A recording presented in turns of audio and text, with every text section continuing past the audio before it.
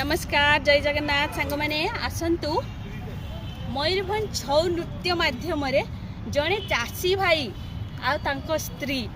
कौन करुछंती मु देखौछि।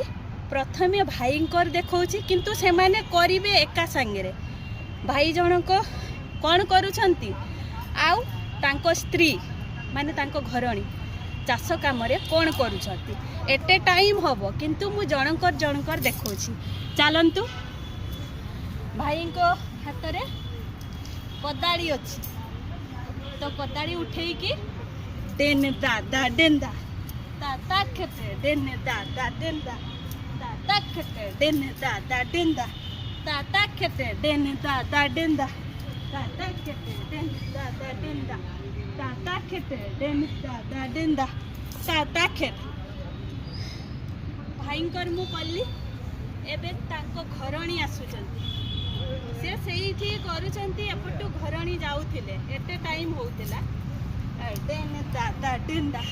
दादा खेते डेन दादा डेंदा दादा खेते डेन दादा डेंदा दादा खेते डेन दादा डेंदा दादा खेते डेन दादा डेंदा दादा खेते डेन दादा डेंदा दादा खेते डेन दादा डेंदा दादा खेते डेन दादा डेन दादा खेते ओ डेन दादा डेंदा दादा खेते डेन दादा डेंदा दादा खेते तो चाषी भाई जनक हा तांको घरणी